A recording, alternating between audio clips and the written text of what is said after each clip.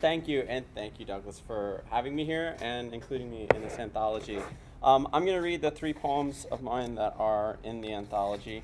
And they all, as I just happened to notice, are all childhood poems. Well, childhood and college age. The first is called Pat Conroy, Godlike. For a week in summer, my family rents a house on Fripp Island, South Carolina. Gentrified Gullah country where Pat Conroy owns a house. We share a beach access.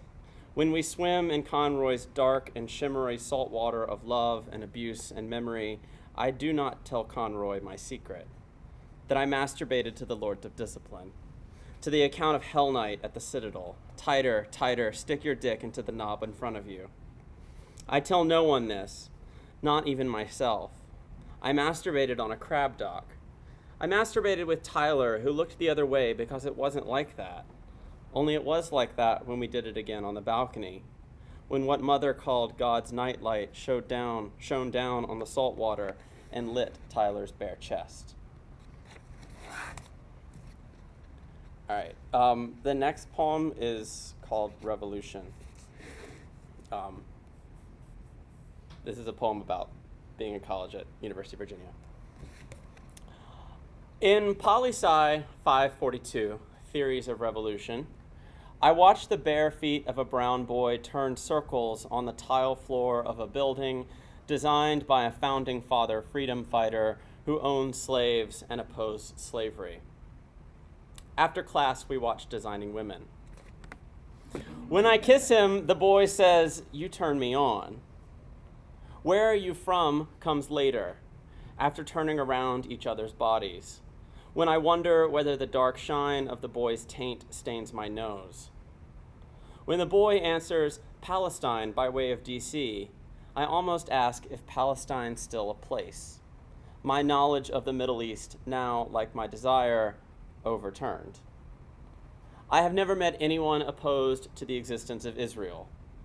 Not to the Jews, the boy assures me, finger mapping lines on my forehead, but to the state.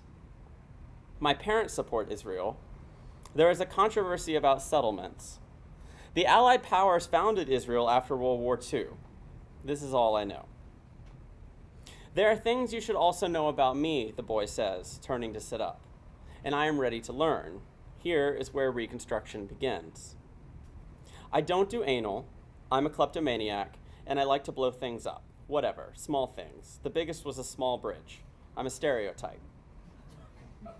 I turn a smile, but in 2 weeks' time, the boy turns out no differently than he warned. And this is not what I want. We are not boyfriends. We may not even be good at being gay, an idea as foreign as Zion. Lying in bed, pushing aside the stolen forks and Skittles bags, we agree. This isn't turning into anything, but let's keep fucking. All right. And the last poem is called Best Little Boy in the World, which is about my schoolboy crush on my history teacher that went disastrously wrong. Looking back on it, it went disastrously wrong, as you'll see. I am a lazy best little boy in the world, one who won't learn the difference between there, and there, or place, possession, and plurality, but who slips his 10th grade American history report on the Ku Klux Klan, 1868 through 1872, into the red plastic spine of the Office Max report cover, because he knows that to be taken seriously as a writer, one must present well, but not so well that readers comment on his fashion sense. At my request, Mother buys me craft books, the MLA Handbook and the Chicago Manual of Style. Every sentence I source to books found at the public library.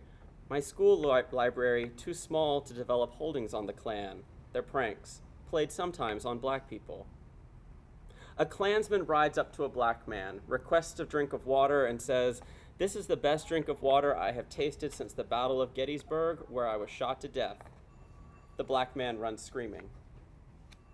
I receive 100 from my baby-faced, black, tall drink teacher 1 year out of Auburn. In red ink on the title page, the only page marked, "This is the best paper turned into me this quarter," before he runs from teaching.